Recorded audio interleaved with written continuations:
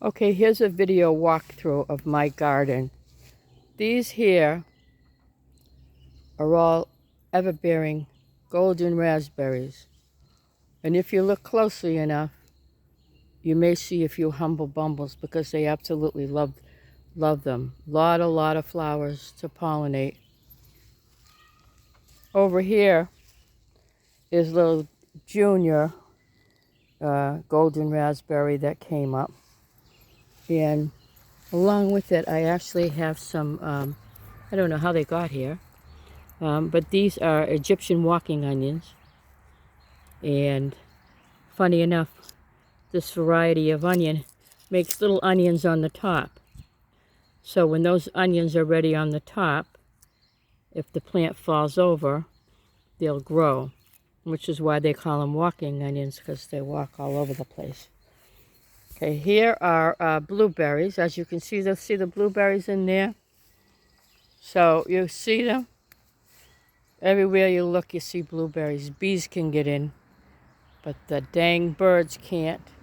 Because if the birds try to get in, if the birds get in there, they will leave me none.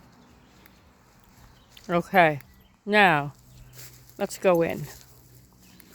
Unfortunately, when I do this, Zoe's going to come in with me.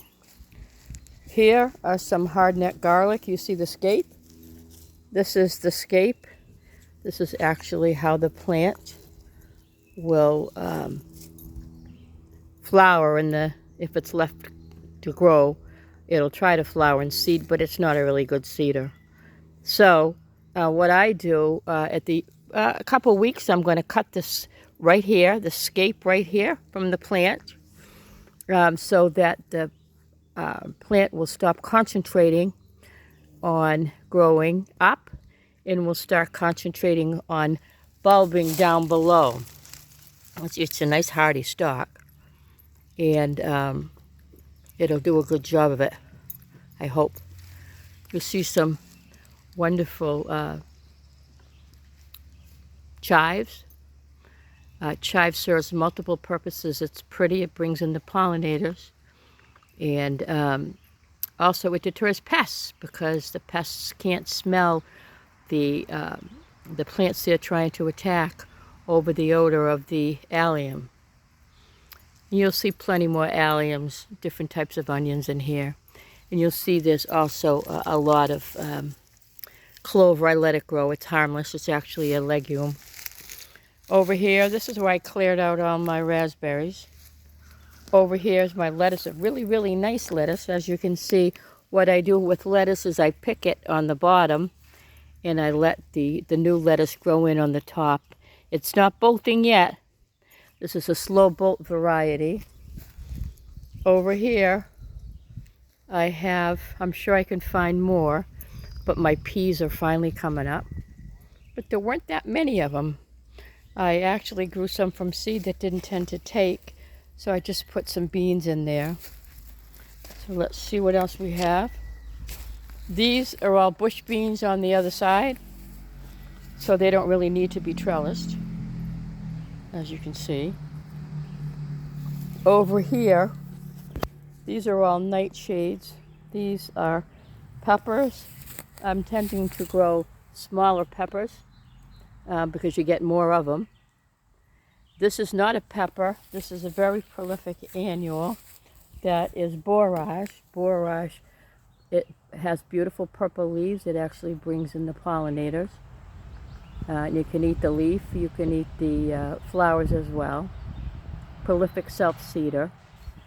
These are more peppers. Of course, this pepper, that I don't think that actually pepper is going to come to anything. It's too early, but we'll see what happens. Eggplant, pepper. There's more eggplant here, and like I say, I've been leaving that clover to grow. This over here is a plant. I love to grow it. They look like little Japanese lanterns. They are actually ground cherries, a number of different types. But I think they got, the flea beetles got them. It's okay because they actually took and sprayed them really well. So hopefully, I got to weed this area as well, because this doesn't belong here. This grass may be helping the flea beetles climb up here. So these are all garlic chives, and another beautiful chive plant. There's a mint plant there. And these are my big fat whoppers. I have plenty of them. Whopper strawberries I got from Gurney a few years ago. They never cease to amaze me. I think I'm going to have to put more plants. Last year they were really, really full up. And this year I just didn't get as much. Probably didn't have as many runners. And these are summer squash. Not sure what kind. I believe, no, can't tell. The flowers aren't up yet on those. They aren't up yet on these either. There could be summer squash. They could be zucchini. They could be a number of things. Over here, we have these.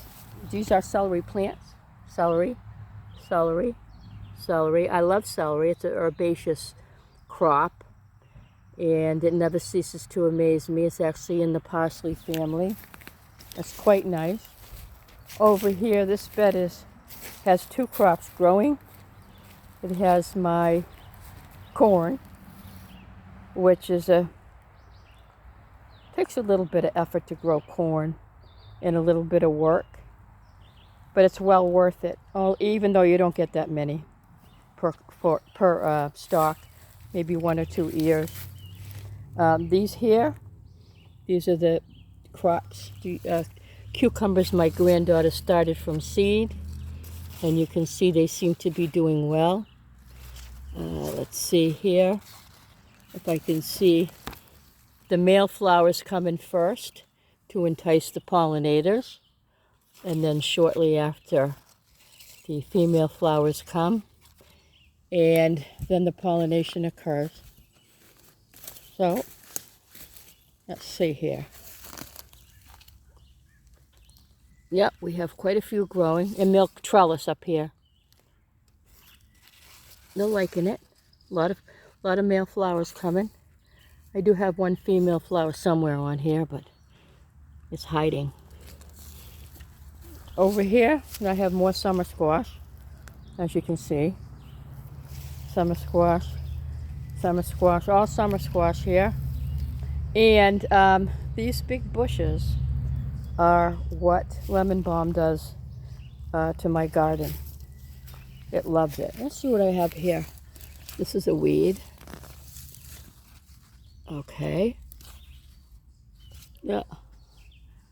There's flowering going on. A lot of flowering.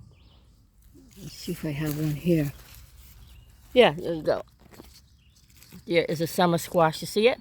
There's the female flower. A lot of summer squash growing. See? Summer squash. Female flower, female flower. I hope she gets pollinated okay. And over here, these are my tomatoes. I really have to get in there and prune them. This one's huge over here, isn't it? All from seed. Okay. Oh.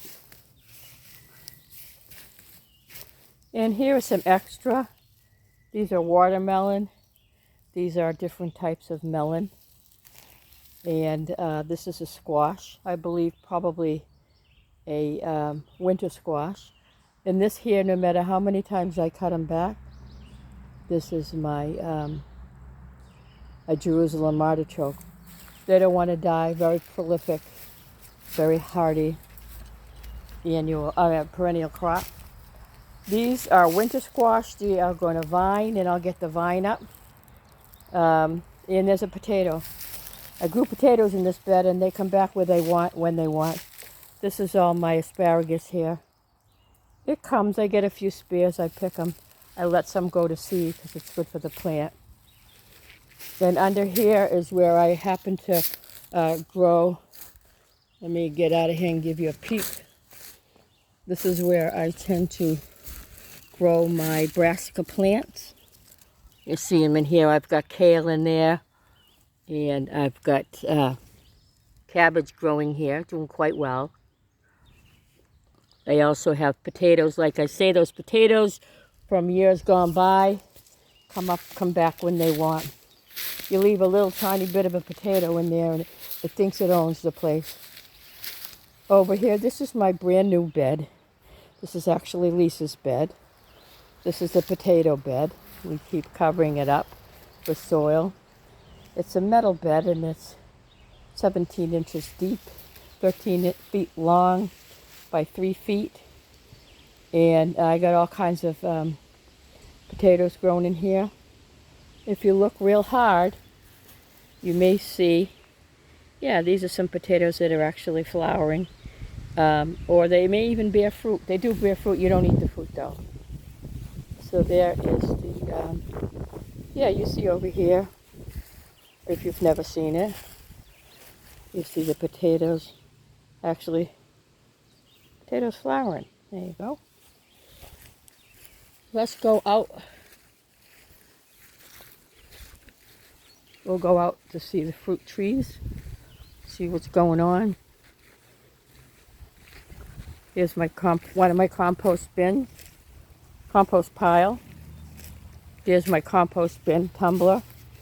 And there's my stationery. I was adding stuff to it just today. Okay. So, take a little bit of a walk.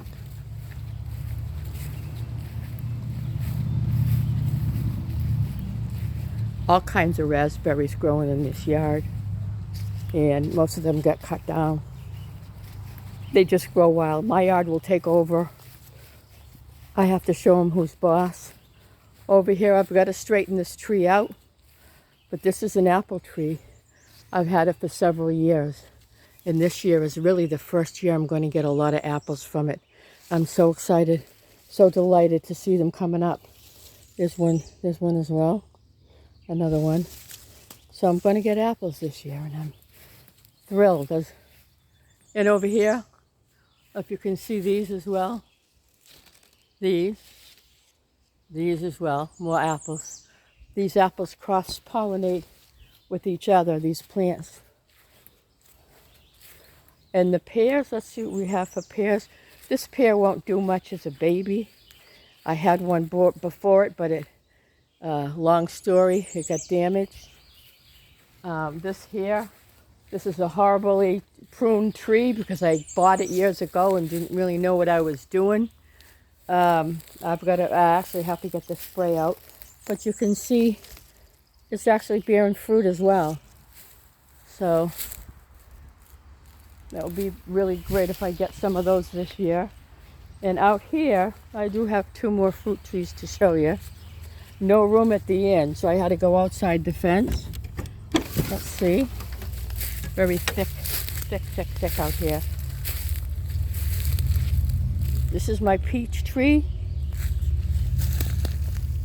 No peaches yet. That's okay. We'll give it some time. And although peaches are self-pollinating, they do better when they have a pair of peaches of slightly different variety, and this is the pear. These peaches here are kind of hard and small, and the other ones are big and juicy, but they flower at the same time. So they're all good. So I think that's pretty much my edible garden. I could show you my flower garden, but it's not done. And typically doesn't get done. Not my oh, yeah, one other thing over here. Might as well show you this as well.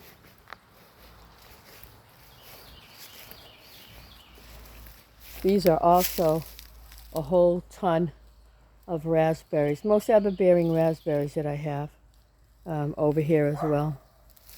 You see, the pollinators, like, I mean, these are big raspberries as well, see? I mean, they're going to be nice and fat and juicy. So, all right, so that's it, folks. That's it. Signing off. Oh, no. Couple of other things here. Over here, you'll see some herbs growing. That's a bunch of oregano. That's a mint that I had to relocate. Okay. We have basil growing over here. And we have parsley growing over here. But I definitely have to weed them. I think that's about it now. Thank you.